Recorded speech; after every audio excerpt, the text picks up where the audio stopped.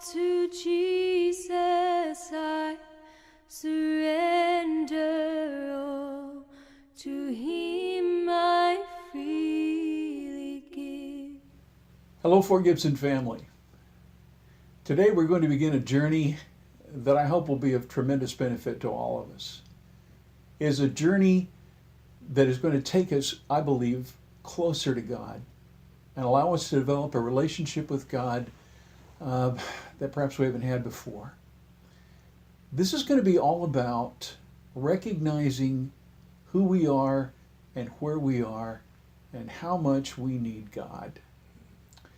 This first topic that we're going to be discussing today begins taking us down that path by talking about what Steve terms the illusion of power.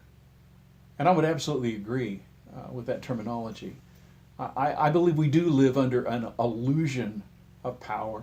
In fact, I would even call it a delusion of power.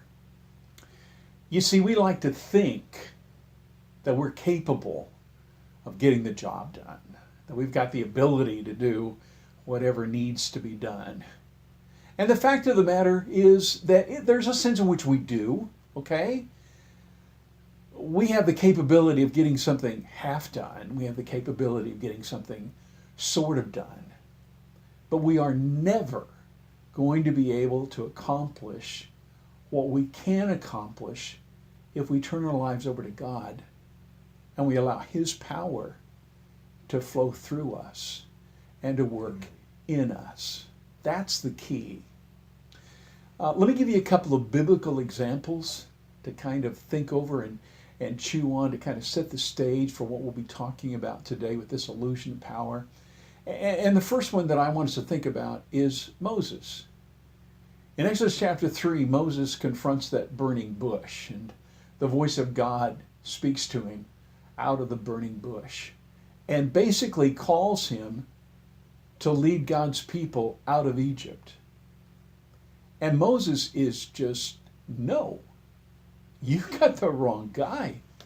I'm not the one. I can't speak well.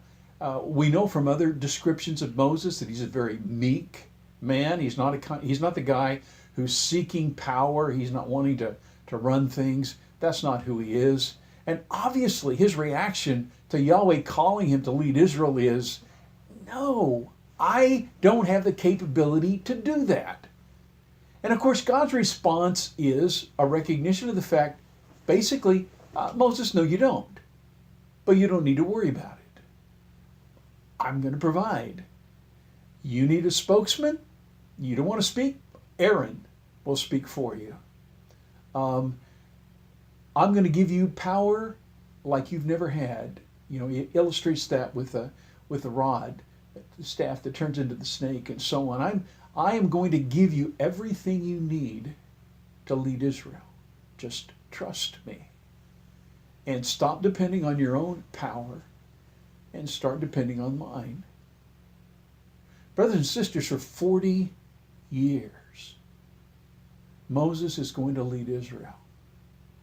For 40 years, he is going to be the man who takes his people through an incredibly difficult, traumatic time as God shapes them as a nation and as they wander through the wilderness. He's going to deal with all kinds of issues and all kinds of problems.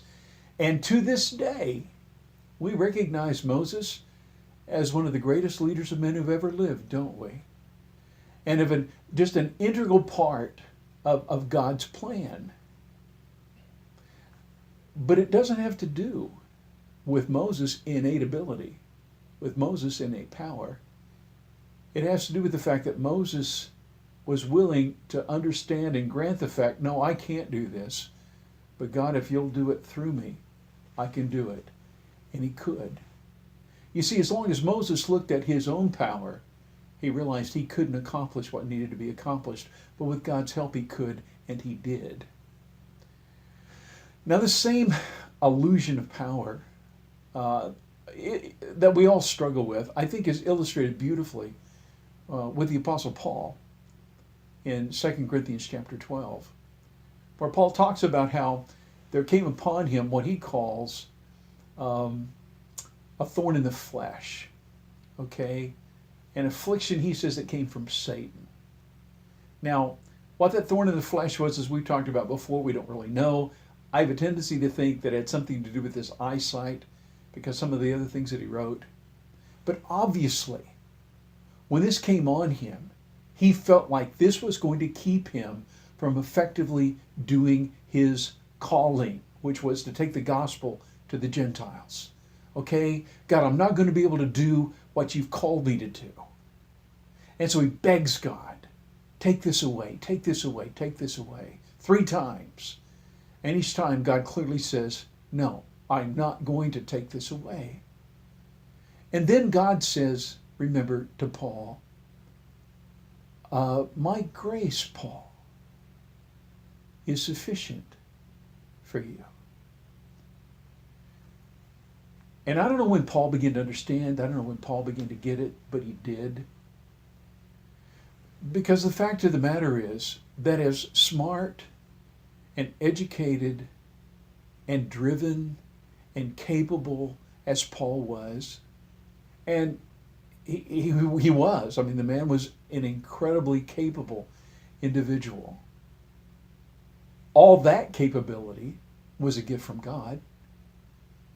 And the fact of the matter is that that capability wasn't enough. Paul, in and of and by himself, wasn't going to be able to get the job done that needed to be done. He needed more power. He needed God's power in his life. And the only way, apparently, that was going to happen was if he was forced to accept that he couldn't do it by his own power. And so I believe God takes, to some degree, his eyesight. And then Paul goes, oh, I see. Your grace is sufficient for me.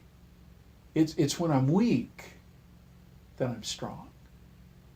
Yeah, power is perfected in weakness.